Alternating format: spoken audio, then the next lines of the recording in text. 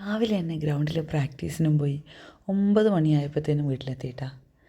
വന്നതിന് ശേഷം മെല്ലെ കുളിച്ച് റെഡിയായി നമ്മൾ മീൻകുളം അമ്പലത്തിലാണേ പോന്നെ. ശ്രീയും വന്നിട്ടുണ്ടായിനെ.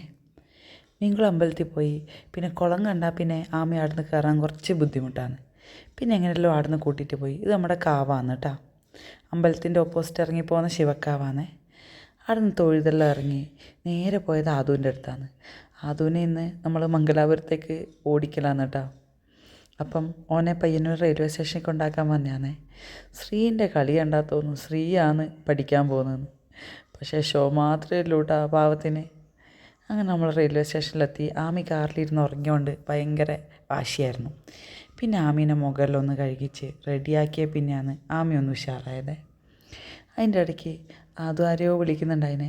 ലൈനാണോ എന്നാണ് ശ്രീ ചോദിക്കുന്നത്. പിന്നെ ആമി ഓക്കെ ആയപ്പോഴത്തേനും ട്രോഡിയെല്ലാം ഉരുട്ടി കളിയെല്ലാം തുടങ്ങി. അപ്പോഴത്തേനും ആദൂൻ്റെ ട്രെയിൻ വന്നിട്ടാ.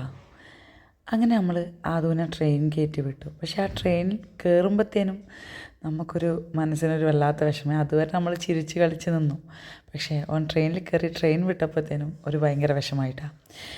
അത് പോയതിൻ്റെ വിഷമത്തിൽ നമ്മൾ എങ്ങോട്ടാണ് ഇനി അടുത്തത് പോയതെന്ന് അറിയണ്ടേ. ഇന്ന് എല്ലാവരും ഫോളോ ചെയ്ത് കൂടിക്കോട്ടെ. അടുത്ത സ്ഥലം കാണിക്കാം.